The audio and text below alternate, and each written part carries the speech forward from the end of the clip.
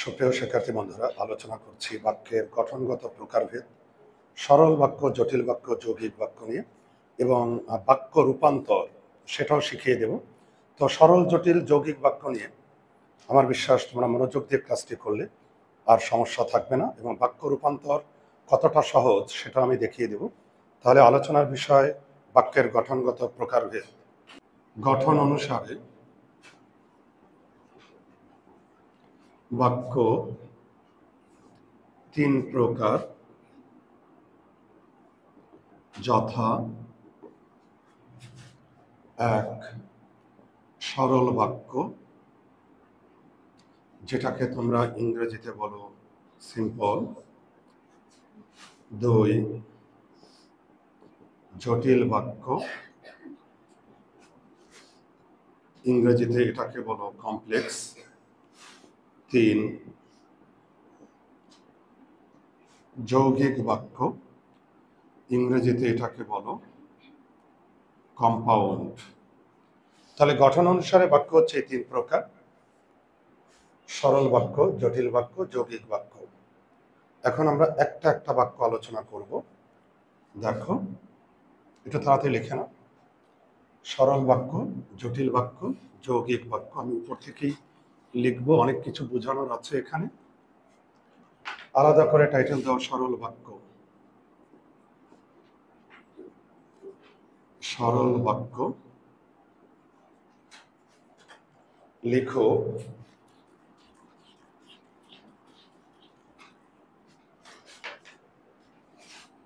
যে বাক্যে একটি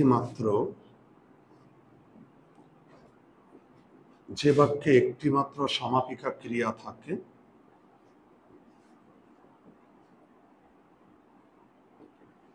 সেই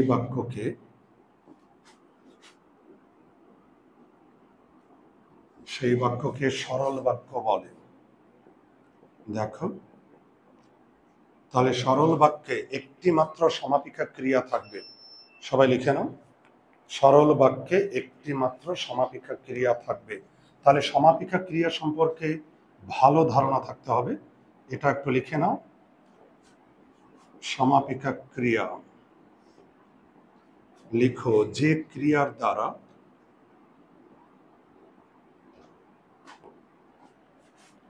বাক্যের অর্থ শেষ হয়ে যায়, সেই ক্রিয়াকে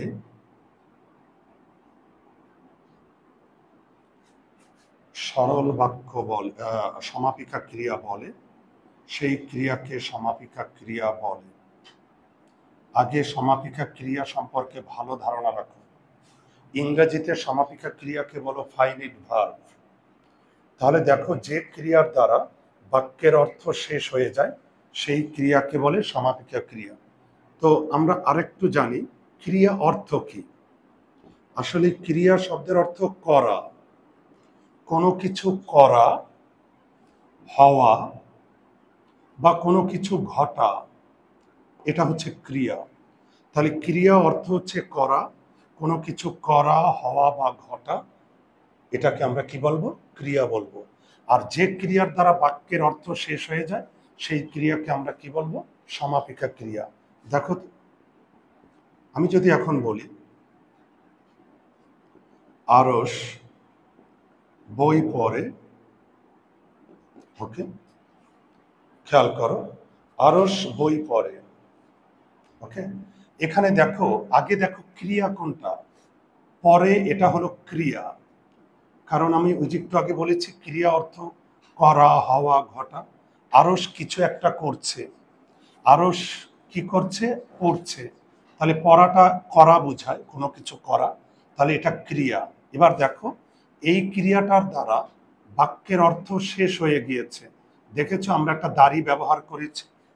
যেহেতু দাড়ি ব্যবহার করেছে, তার মানে এই ক্রিয়ার দ্বারা বাক্যের অর্থ শেষ হয়ে গিয়েছে। তাহলে এই ক্রিয়াটাকে আমরা বলবো সমাপিকা ক্রিয়া। সমাপিকা ক্রিয়া।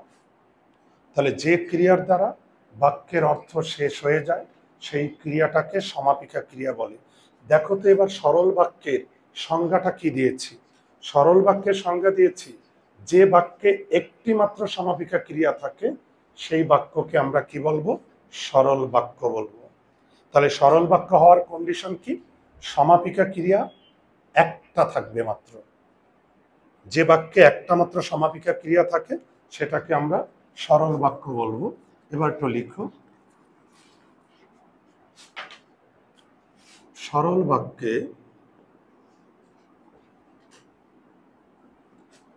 এক বা একাধিক, সরল বাক্যে এক বা একাধিক অসমাপিকা ক্রিয়া থাকতে পারে। সরল বাক্যে এক বা একাধিক অসমাপিকা ক্রিয়া থাকতে পারে। তাহলে এখন তোমাকে জানতে হবে অসমাপিকা ক্রিয়া। দেখো, অসমাপিকা ক্রিয়া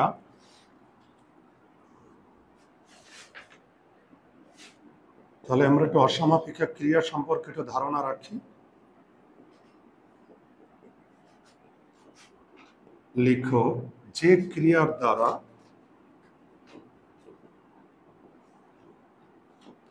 বাক্যের অর্থ, যে ক্রিয়ার দ্বারা বাক্যের অর্থ শেষ হয় না সেই ক্রিয়াকে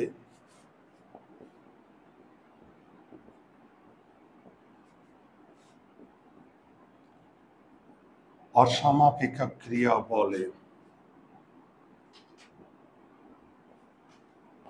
লিখেছ, যে ক্রিয়ার দ্বারা বাক্যের অর্থ শেষ হয় না সেই ক্রিয়াকে অসমাপিকা ক্রিয়া বলে। ইংরেজিতে যেটাকে আমরা বলি নন ফাইনাইট ভার্ব।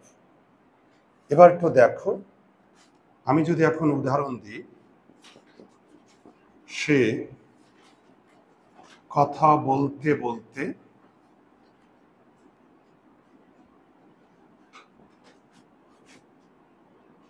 সে কথা বলতে বলতে হাসতে হাসতে ঘরে গেল। এই বাক্যটা লিখে নাও, সে কথা বলতে বলতে হাসতে হাসতে ঘরে গেল। লিখেছ, সে কথা বলতে বলতে হাসতে হাসতে ঘরে গেল। একটু দেখো তো, আগে আমি দেখি এই ক্রিয়াটা শেষ হয়েছে গেল ক্রিয়ার দ্বারা। তাহলে দেখো তো, এই যে গেল, এটা কোন ক্রিয়া বলো তো? সমাপিকা ক্রিয়া। এবং তোমরা বুঝতেই পারো এটার পর একটা দাড়ি ব্যবহৃত হয়েছে, আর দাড়ি ব্যবহার করা হয়েছে মানে এই ক্রিয়ার দ্বারা বাক্যের অর্থটা শেষ হয়ে গেছে, তাই না? আমার কথা কি বুঝতে পারছো? তাহলে এটা সমাপিকা ক্রিয়া।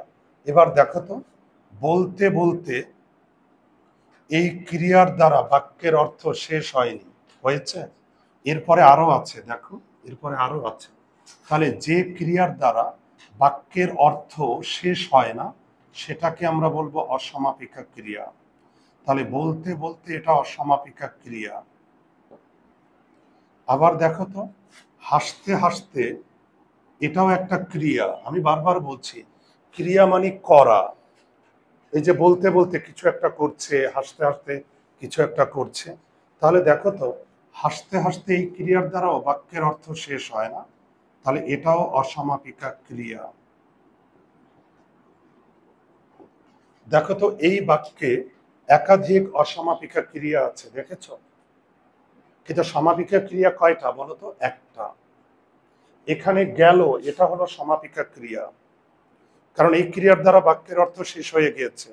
তাহলে দেখো তো, সরল বাক্য হওয়ার কন্ডিশন হচ্ছে এখানে সমাপিকা ক্রিয়া কয়টা থাকতে হবে? একটা। সরল বাক্যে সমাপিকা ক্রিয়া থাকতে হবে একটা, আর অসমাপিকা ক্রিয়া থাকতেও পারে, নাও থাকতে পারে।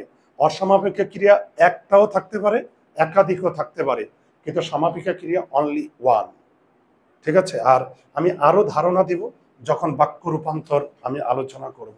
এবার লিখো, জটিল বাক্য। জটিল বাক্য লিখো, জটিল বাক্য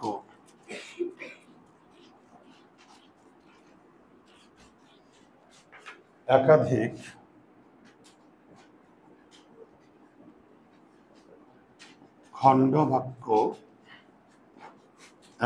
খণ্ডবাক্য দ্বারা যে বাক্য গঠিত হয় সেই বাক্যকে জটিল বাক্য বলে। দেখো তো, একাধিক খণ্ডবাক্য দ্বারা যে বাক্য গঠিত হয় সেই বাক্যকে জটিল বাক্য বলে। লিখেছ? দেখো তো, যদি তুমি আসো তবে আমি যাব। খেয়াল করো, খণ্ডবাক্যটা বুঝবে কিভাবে? দেখো, এই যে যদি তুমি আসো, এটা একটা খণ্ডবাক্য, তবে আমি যাব এটা আর একটা খণ্ডবাক্য। লিখেছ? তাহলে দেখো, একাধিক খণ্ডবাক্য দ্বারা যে বাক্য গঠিত হবে সেটাকে আমরা বলবো জটিল বাক্য। আর তোমাদের এত জটিল ভাবে চিন্তা করা লাগবে না জটিল বাক্যকে। আমি একটা ছোট্ট টেকনিক শিখিয়ে দিই। জটিল বাক্য গঠন করার টেকনিক আমি এটা শিখিয়ে দিচ্ছি। তোমরা নিজেরাই তৈরি করতে পারবে জটিল বাক্য, কিংবা চিনতে পারবে। জটিল বাক্য গঠন করার টেকনিকটা হচ্ছে, দেখো, অন্তস্থ জ বিশিষ্ট জোড়াবদ্ধ শব্দ দিয়ে জটিল বাক্য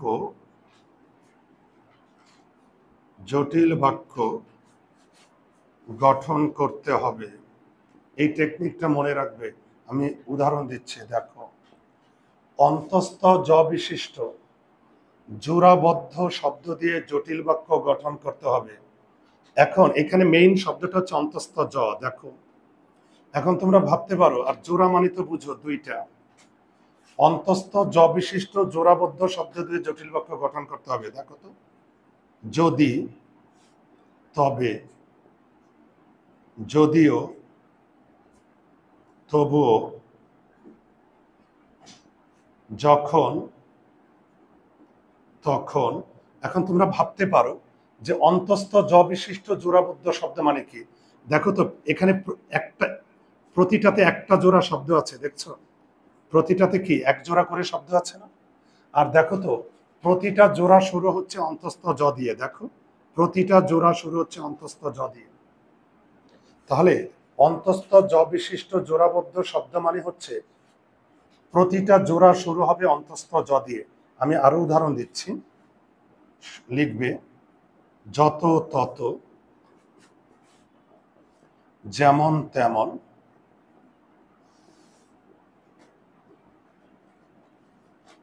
যেটুকু, সেটুকু, যারা, তারা, বা আমি ওটাকে আমি একটু পরে দিই, যেসব, সেসব। দেখো, যেই না, অমনি, যেই না, অমনি। যেই না, অমনি বুঝো? যেই না চোর পুলিশকে দেখলো, অমনি দৌড়ে পালিয়ে গেল। ঠিক আছে? তাহলে দেখো, যে, সে, যিনি, তিনি, যার, তার, যা, তা, যেখানে, সেখানে। তাহলে তোমরা শুধু এইটুকু মনে রাখবে, জটিল বাক্য গঠন করার সময় অন্তস্থ জ বিশিষ্ট জোড়াবদ্ধ শব্দ রাখবে। অন্তস্থ জ বিশিষ্ট জোড়াবদ্ধ শব্দ রাখবে। আর অন্তস্থ জ বিশিষ্ট জোড়াবদ্ধ শব্দ মানে, দেখো, এখানে প্রতিটা জোড়ায় জোড়ায় শব্দ আছে, দেখেছ? আর প্রতিটা জোড়া দেখো শুরু হয়েছে অন্তঃস্থ জ দিয়ে। দেখো প্রতিটা জোড়া অন্তঃস্থ জ দিয়ে। এই টেকনিকটা মনে রাখবে। আমি এখন উদাহরণ দিই।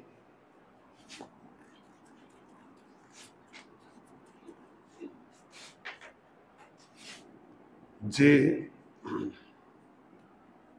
ভালোভাবে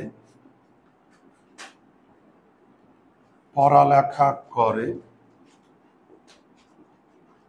সে জীবনে সাফল্য পায়। দেখো তো, যে ভালোভাবে পড়ালেখা করে সে জীবনে সাফল্য পায়। দেখো এই যে আর সে, এই বাক্যটা শুরু হয়েছে অন্তঃস্থ জ দিয়ে, লিখেছ? আর দেখো তো এখানে দুইটা খণ্ড বাক্য আছে, যে ভালোভাবে পড়ালেখা করে, আর একটা হচ্ছে সে জীবনে সাফল্য পায়। যে ভালোভাবে পড়ালেখা করে এটা খণ্ড বাক্য। খণ্ড বাক্য তো বুঝো, একটা বাক্যের খণ্ড, পার্ট, একটা বাক্যের অংশ। তাহলে খণ্ড বাক্য হচ্ছে একটা বাক্যের পার্ট বা অংশ। এটাও একটা খণ্ড বাক্য। একটু লিখে নাও।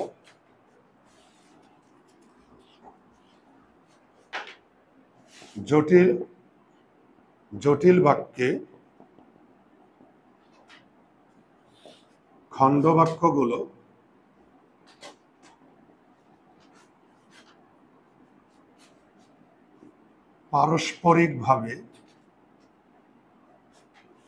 পারস্পরিকভাবে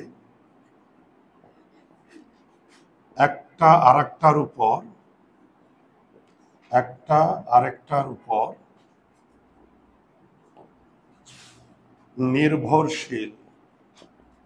এই কথাটা লিখে রাখো। কিংবা সংযুক্ত বা সম্পর্কিত। ওকে, তাহলে দেখো জটিল বাক্যে খণ্ডবাক্যগুলো পারস্পরিকভাবে একটা আরেকটার উপর নির্ভরশীল কিংবা সম্পর্কিত। এটা বুঝো? জটিল বাক্যে খণ্ডবাক্যগুলো একটা আরেকটার উপর নির্ভরশীল কেন? দেখো তো, সে জীবনে সাফল্য পায়, সাফল্য নির্ভর করে কোনটার উপর? ভালোভাবে পড়ালেখার উপর না? এখানে একটা অংশ আরেকটা অংশের সঙ্গে কি কানেক্টেড। সাফল্য নির্ভর করে কোনটার উপর? ভালোভাবে পড়ালেখার উপর। তাহলে এই জটিল বাক্যে একটা অংশ আরেকটা অংশের সঙ্গে কি থাকবে? কানেক্টেড থাকবে। আর অবশ্যই খণ্ডবাক্য থাকবে। তোমাদের যখন পরীক্ষায় যখন তোমাকে বলবে জটিল বাক্যে রূপান্তর করো, সহজ, তুমি যে কাজটা করবে এই অন্তঃস্থ জ বিশিষ্ট জোড়াবদ্ধ শব্দ দিয়ে জটিল বাক্য তৈরি করবে। এবার লিখো যৌগিক বাক্য। যৌগিক বাক্য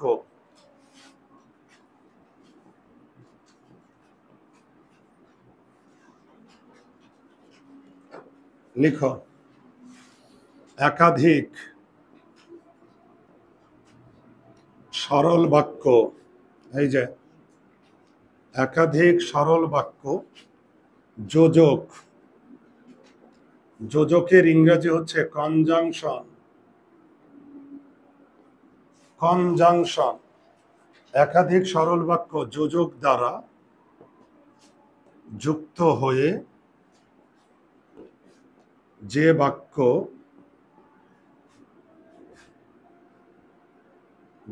গঠিত হয়, একাধিক সরল বাক্য যোজক দ্বারা যুক্ত হয়ে যে বাক্য গঠিত হয় সেই বাক্যকে যৌগিক বাক্য বলে।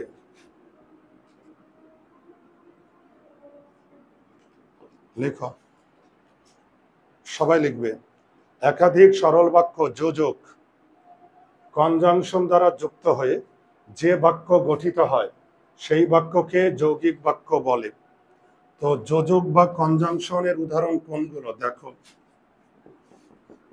যোজক বা যেগুলোকে আমরা কনজাংশন বলি, কোন কোন যোজকগুলো আমার লাগবে যৌগিক বাক্যে? যোজক আছে অনেকগুলো, কিন্তু যে যোজকগুলো লাগবে সেটা হচ্ছে ও, আর, এবং, কিন্তু, অথচ, বরং, কিংবা, সেজন্য, ফলে, ইত্যাদি ইত্যাদি। তাহলে দেখো,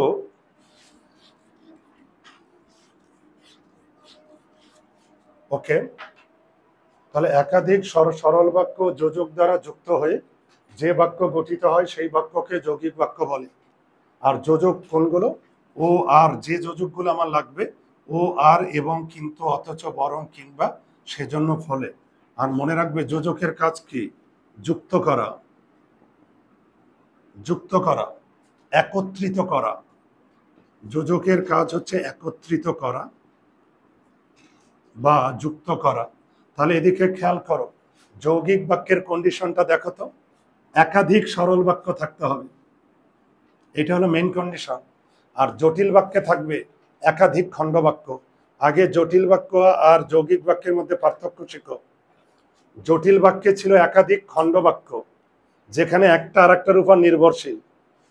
আর যৌগিক বাক্যে থাকবে একাধিক সরল বাক্য। আর সরল বাক্যের কন্ডিশন কি বলতো? সরল বাক্যের কন্ডিশন, একটা মাত্র সমাপিকা ক্রিয়া থাকবে, একটি মাত্র সমাপিকা ক্রিয়া থাকবে, তাই না? আগে বুঝো। তাহলে সরল বাক্যের কন্ডিশন হচ্ছে একটা মাত্র সমাপিকা ক্রিয়া থাকবে। আর জটিল বাক্যে থাকবে একাধিক খণ্ড বাক্য, এবং ওই খণ্ড বাক্য একটা আর একটার সঙ্গে কানেক্টেড।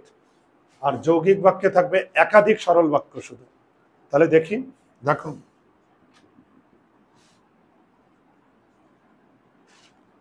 রহিম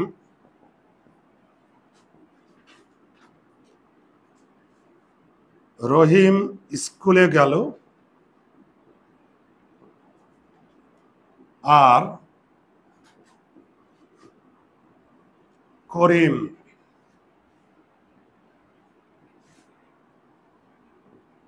বাজারে গেল। আগে বুঝো, রহিম স্কুলে গেল আর করিম বাজারে গেল। দেখো তো, এখানে দুইটা সরল বাক্য আছে। এখানে রহিম স্কুলে গেল, এটা একটা সরল বাক্য। করিম বাজারে গেল, এটা আর একটা সরল বাক্য। বলতো এখানে দুইটা কেন সরল বাক্য? আমি যেটা বলছি দেখো, এখানে দুইটা সরল বাক্য কেন? রহিম স্কুলে গেল, এখানে গেল এটা সমাপিকা ক্রিয়া, কারণ গেল ক্রিয়ার দ্বারা বাক্যের অর্থ শেষ। এই যে দেখো, রহিম স্কুলে গেল, আমি এই পর্যন্ত বলতে পারি না? তাহলে এই ক্রিয়ার দ্বারা বাক্যের অর্থ শেষ হয়ে গেছে। তাহলে রহিম স্কুলে গেল, এখানে একটা মাত্র সমাপিকা ক্রিয়া আছে, এই জন্য এটা সরল বাক্য। করিম বাজারে গেল, এখানেও তো গেল ক্রিয়ার দ্বারা বাক্যের অর্থ শেষ হয়ে গিয়েছে, তাহলে এটাও তো সমাপিকা ক্রিয়া। এই বাক্য দেখো একটা মাত্র সমাপিকা ক্রিয়া আছে, এই জন্য এটাও সরল বাক্য। আগে বুঝো, রহিম স্কুলে গেল আর করিম বাজারে গেল, এখানে দুইটা সরল বাক্য আছে, কারণ দুইটা বাক্যেই আলাদা সমাপিকা ক্রিয়া আছে। আর দেখো তো, এই দুইটা সরল বাক্য যুক্ত হয়েছে আর দ্বারা। আর যুক্ত মানে প্লাস, যোগ। আমি আর না বলে এবংও ব্যবহার করতে পারি। রহিম স্কুলে গেল এবং করিম বাজারে গেল, পারি না? রহিম স্কুলে গেল এবং করিম বাজারে গেল। তাহলে দেখো, এই দুইটা বাক্য যুক্ত হয়েছে আর এবং দ্বারা, এই যে যোজক আর এবং। তার মানে যৌগিক বাক্যে তোমাকে যোজক রাখতেই হবে। আরো শুধু যোজক ব্যবহার করলেই হবে না, তোমাকে একাধিক সরল বাক্য থাকতে হবে। যদি সরল বাক্য না থাকে তাহলে কিন্তু আর হবে না। আমার কথা থেকে বোঝা গেল? দেখো তো, এবার আমি যদি উদাহরণ দিই,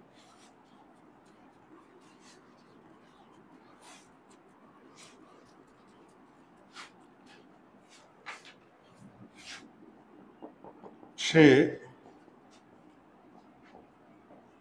বাজারে গেল এবং ইলিশ মাছ কিনলো।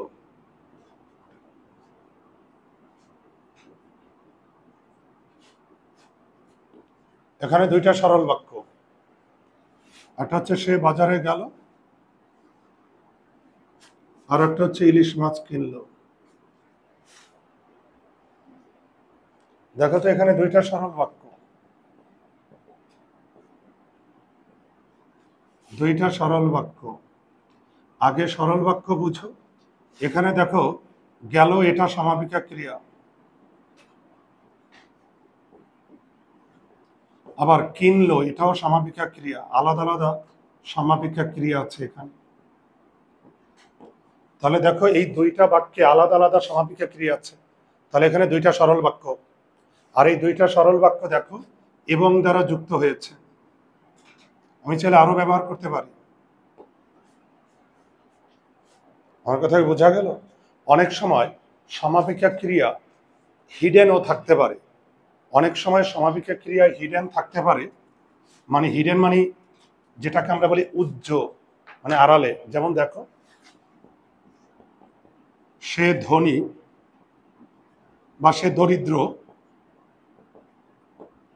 কিন্তু সৎ। এদিকে তাকাও, এটা কোন বাক্য? আমি আগে বুঝাই দিই। এটাও যৌগিক বাক্য। এখন তুমি ভাবতে পারো যে স্যার এখানে ক্রিয়া কোথায়? আমার কথা বুঝতে পারছো? এখানে তো স্যার ক্রিয়া নাই, এখানে ক্রিয়া আছে যেটাকে আমরা বলি হিডেন, উজ্জ আছে। সে দরিদ্র হয়, সে সৎ হয়, এটাকে বলি আমরা উজ্জ। আর তুমি দেখো তো, হয় বাদ দিলেও তো তুমি আলাদা বাক্য হয় দুইটা, সে দরিদ্র সে সৎ বলতে পারি না? দেখো আমি তো এই দুইটা বাক্যকে যদি এরকম বলি, সে দরিদ্র সে সৎ, এখানে দেখো সে কিন্তু আড়ালে আছে, আছে না? আমি সে বারবার বলার দরকার নাই, বারবার দরকার আছে সে দরিদ্র কিন্তু সে সৎ, আমার সে আনার বারবার দরকার নাই। তাহলে দেখো সে দরিদ্র আলাদা বাক্য, সে সৎ আলাদা বাক্য, এবং দুইটা আলাদা বাক্য তুমি স্বাধীনভাবে ব্যবহার করতে পারো। আর যখন তুমি আলাদা বাক্য স্বাধীনভাবে ব্যবহার করতে পারবে, ওইটা কোন বাক্য হয়ে যায় বলো তো? সরল বাক্য। যখন তুমি দুইটা বাক্য স্বাধীনভাবে ব্যবহার করতে পারবে তখন ওইটা সরল বাক্য। এই যে দেখো, আমি তো আলাদা করে বলতে পারি সে দরিদ্র, বলতে পারি না? তাহলে এটা সরল বাক্য। আবার আমি আলাদা করে বলতে পারি সে সৎ, স্বাধীন বাক্য। আর স্বাধীন বাক্য কি? সরল বাক্য। তাহলে দেখো এখানে একাধিক সরল বাক্য যুক্ত হয়েছে কিন্তু দ্বারা। আমি কিন্তু না বলে অথচ দিতে পারি, সে দরিদ্র অথচ সৎ। তাহলে মনে রাখবে, এদিকে তাকাও, আরেকটা কথা তোমাদের আছে যেটা ভুল করো। অনেকে শিখায় যে এগুলা, এই যে কিন্তু অথচ এবং থাকতে হবে, এমন কোনো কথা নাই। এগুলোর পরিবর্তে অন্য সিম্বল থাকতে পারে।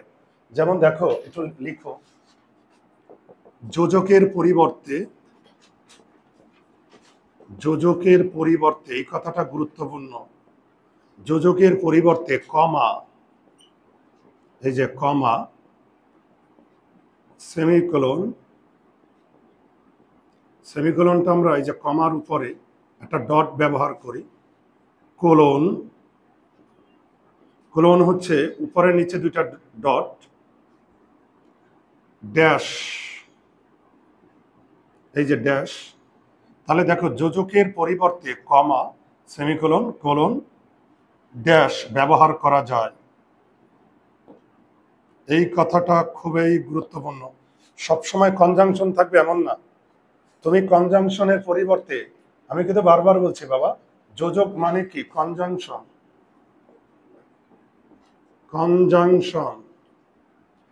তাহলে যোজক বা কনজাংশনের পরিবর্তে তুমি কমা, সেমিকোলন, কোলন, ড্যাশ ব্যবহার করা যায়। দেখো তো, আমি যদি এখন এখানে উদাহরণ দিই,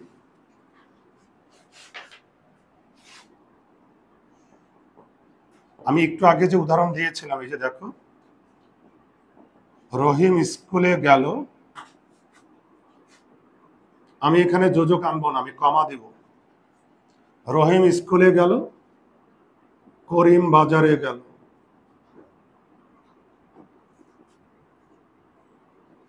এটা কোন বাক্য? যৌগিক বাক্য। কেন যৌগিক বাক্য বলো তো? এখন তুমি বলতে পারো স্যার এখানে তো কোনো যোজক নাই। এখানে যোজকের কাজটা করছে কমা। যোজক মানে কি? যোগ। এই কমাটাই যোগের কাজ করে দিয়েছে। এই যে দেখো, দেখো এখানে তো দুইটা সরল বাক্য তো ঠিকই আছে, আছে না? এই যে এটাও সরল বাক্য, এখানে সরল বাক্য কিন্তু ঠিকই আছে। দেখো, এই যে দেখো, দুইটা সরল বাক্য আমার ঠিকই আছে। একাধিক সরল বাক্য থাকতে হবে। আমার একাধিক সরল বাক্য কিন্তু ঠিকই আছে। আমি যোজকের পরিবর্তে কমা ব্যবহার করেছি, অথবা এখানে আমি সেমিকোলনও ব্যবহার করতে পারি, অথবা আমি এখানে এই যে ক্লোন চিহ্ন ব্যবহার করতে পারি। রহিম স্কুলে গেল, করিম বাজারে গেল। তুমি যদি চাও আমি এখানে ড্যাশ ব্যবহার করবো, এই যে ড্যাশ। রহিম স্কুলে গেল, করিম বাজারে গেল। অর্থাৎ যোজকের পরিবর্তে তুমি এই এই যে কমা, সেমিকোলন, কোলন, ড্যাশ এগুলো ব্যবহার করা যাবে। এই জন্য সরাসরি যোজক থাকবে, কনজাংশন থাকবে এমন কোনো কথা নাই। দেখো তো,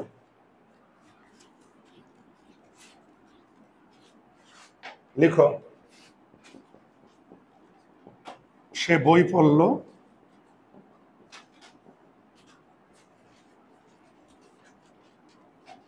খাবার খেলো,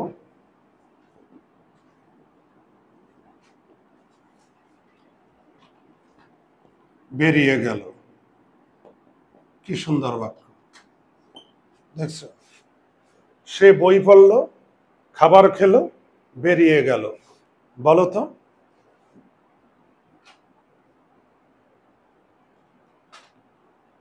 এখানে কয়টা বাক্য আছে? কয়টা সরল বাক্য আছে বলো তো? তিনটা সরল বাক্য আছে। এই যে একটা সরল বাক্য, সে সরল বাক্য কি আলাদাভাবে বাক্য হিসেবে ব্যবহার করা যায়। আমি তো শুধু বলতে পারি সে বই পড়লো, হয় না? সে খাবার খেলো আলাদা বাক্য হিসেবে ব্যবহার করা যায় না? সে বেরিয়ে গেল, আমার কথা কি বুঝতে পারছো? স্বাধীন বাক্য হিসেবে ব্যবহার করা যায়, দেখছো? এই তিনটা কি স্বাধীন বাক্য না? তুমি এটাকে তিনটা আলাদা আলাদা স্বাধীন বাক্য হিসেবে ব্যবহার করতে পারো। আর এই স্বাধীন বাক্য মানে কি? সরল বাক্য। এখানে আমি কি বোঝাতে পারলাম? তাহলে এখানে দেখো তিনটা সরল বাক্য আছে। আর এই তিনটা সরল বাক্য দেখো, সে বই পড়লো, কমা, সে খাবার খেলো, এখানে একটা কমা দিলাম, বেরিয়ে গেল, এখানে একটা দাঁড়িয়ে দিলাম। তুমি চাইলে এখানে কি করতে পারো জানো? যোজক আনতে পারো। সে বই পড়লো, খাবার খেলো, আর বেরিয়ে গেল। বলা যায় না? এই যে আর না বলে আমরা এবং ব্যবহার করতে পারি। বোঝা গেল? এখন একটু দেখো, একটু পরে আমি বাক্য রূপান্তর আলোচনা করব, আগে এইটুকু বুঝো। যৌগিক বাক্য যদি তুমি তৈরি করতে চাও, দেখি তো,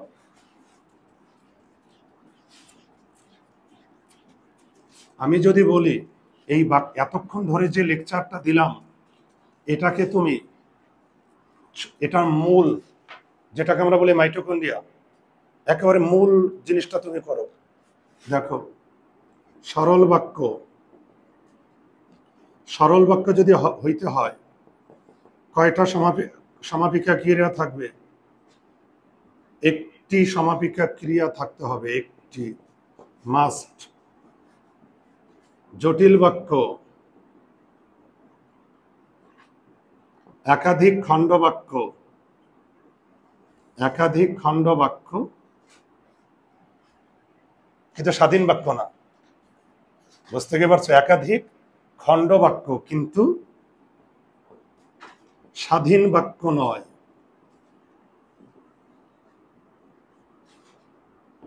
তো খণ্ড বাক্য তো আলাদা, একাধিক খণ্ড বাক্য কিন্তু একাধিক স্বাধীন বাক্য না। আর যৌগিক বাক্য, একাধিক সরল বাক্য, অর্থাৎ একাধিক স্বাধীন বাক্য।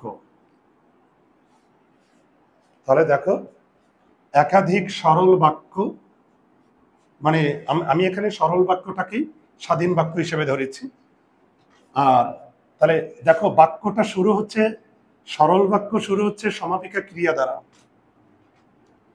জটিল বাক্য হচ্ছে একাধিক খণ্ড বাক্য কিন্তু স্বাধীন বাক্য না। আর যৌগিক বাক্য হচ্ছে একাধিক সরল বাক্য অথবা স্বাধীন বাক্য। আর এখানে যোজক থাকবে, যোজক থাকতে হবে, যোজক মানে প্লাস। আর যোজকের পরিবর্তে আমরা ওই যে কমা,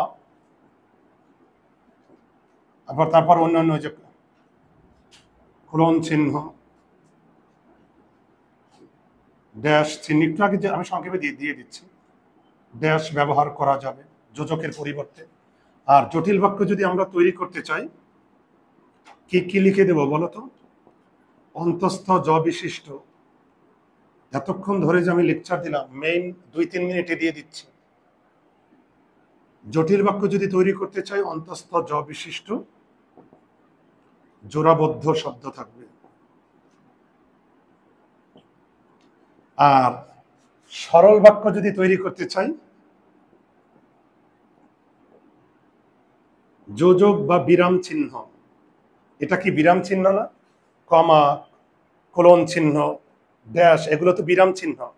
তার মানে আমরা যোজকের পরিবর্তে বিরাম চিহ্ন ব্যবহার করতে পারবো, তাই তো? তাহলে দেখো তো, সরল বাক্য যদি আমরা করতে চাই, যোজক বা বিরাম চিহ্ন বাদ দিয়ে দেব। আবার অন্তস্থ জ বিশিষ্ট জোড়াবদ্ধ শব্দ, এটাও বাদ দিয়ে দেব। তাহলে তো সরল বাক্য হয়ে যায়। আগে বুঝো তোমাদেরকে পরীক্ষায় কিরকম দিবে। যদি বলে জটিল বাক্য থেকে সরল বাক্য করো, তো জটিল বাক্য থেকে সরল বাক্য যদি আমি করি, তাহলে অন্তস্থ জ বিশিষ্ট জোড়াবদ্ধ শব্দ আমি বাদ দিয়ে দেব।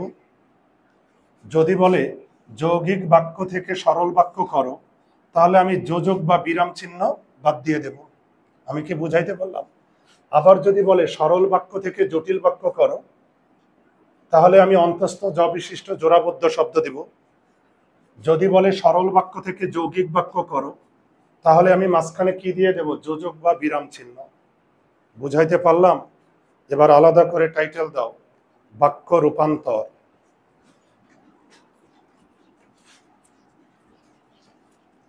বাক্য রূপান্তর।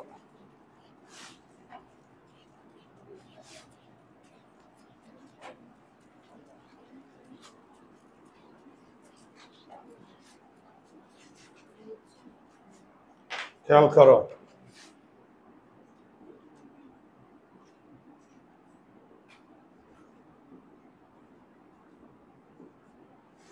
এদিকে বাক্য রূপান্তরকে তোমরা ইংরেজিতে কি নামে শিখো? ট্রান্সফরমেশন অফ সেন্টেন্স, তাই তো? ট্রান্সফরমেশন অফ সেন্টেন্স এই নামেই তো তোমরা শিখো, তাই না মেহনাজ? আচ্ছা দেখো, তাহলে যেটা আমি বলেছি, আমরা বাক্য রূপান্তর এখন করব। সরল থেকে জটিল, জটিল থেকে যৌগিক, আমরা মিক্সড করে করব। দেখি এখন আমি কথা নয় বালিকা, আমি এখন উদাহরণ দিব, তোমরা জটিল যৌগিক করবে। দেখো, লিখো, তার সঙ্গে দেখা হতেই রেস্টুরেন্টে নিয়ে খাওয়ালো।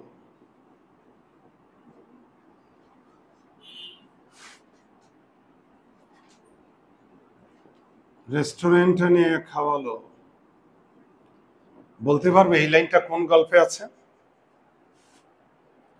তার সঙ্গে তোমাদের আছে পাঠ্য, বলো পুষ্পিতা, বলে ফেলো না, ভয় নাই।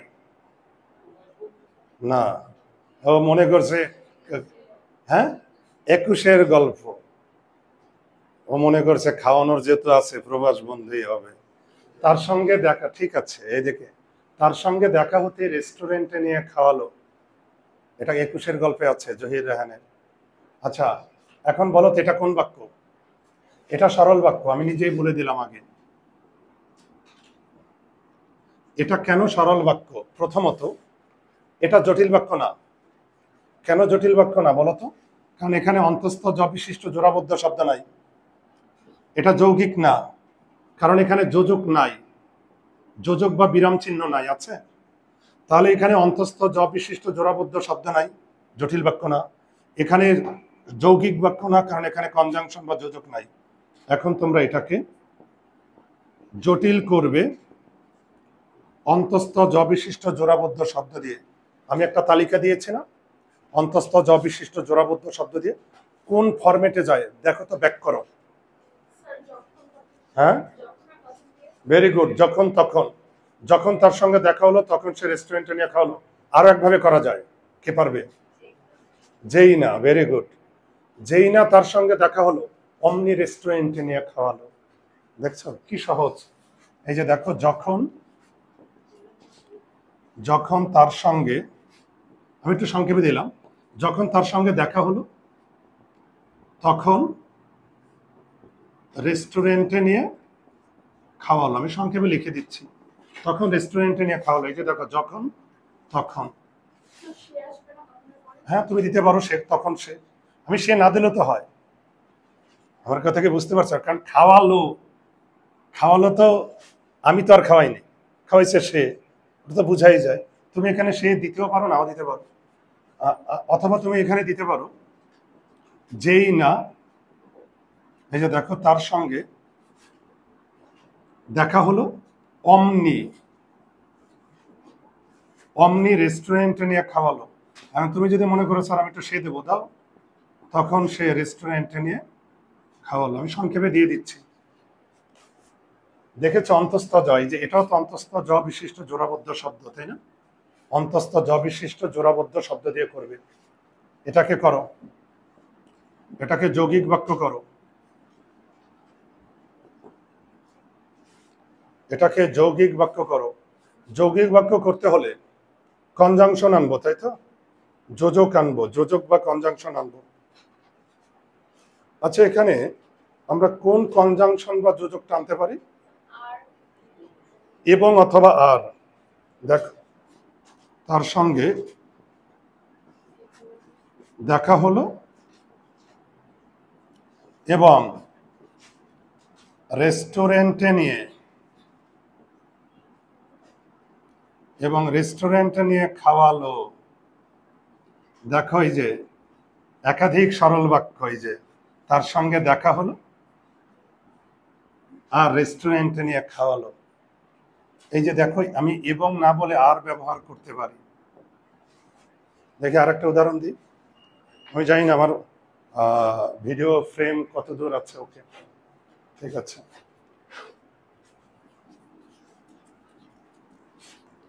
লিখো তো,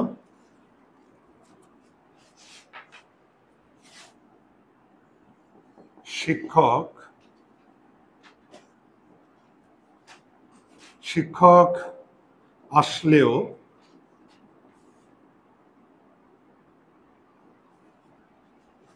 বা আমি এভাবে দিই, শিক্ষক এলেও ক্লাস হয়নি।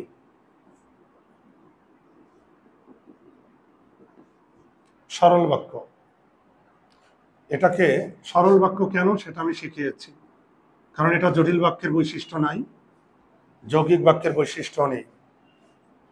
এটাকে জটিল করো।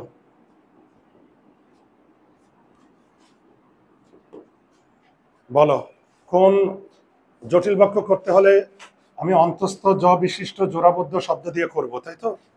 তো কোনটা আনবো? যদিও। এই যে যদিও শিক্ষক এলেন তবু ক্লাস হলো না বা হয় নাই, তবুও ক্লাস হয়নি বা তবুও ক্লাস হলো না। যদিও শিক্ষক এলেন তবুও ক্লাস হয়নি বা হলো না, একটা দিলেই হয়। এটাকে যৌগিক বাক্য করো।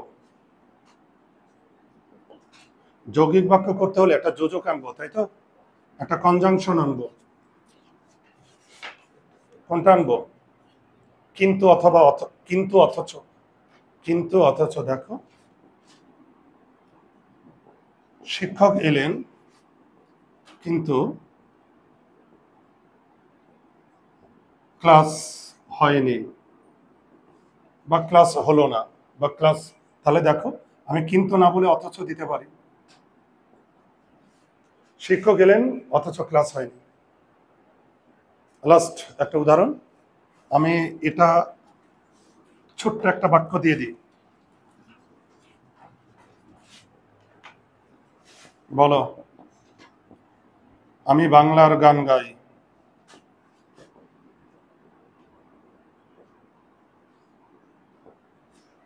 এটা সরল বাক্য, কোনো সন্দেহ আছে?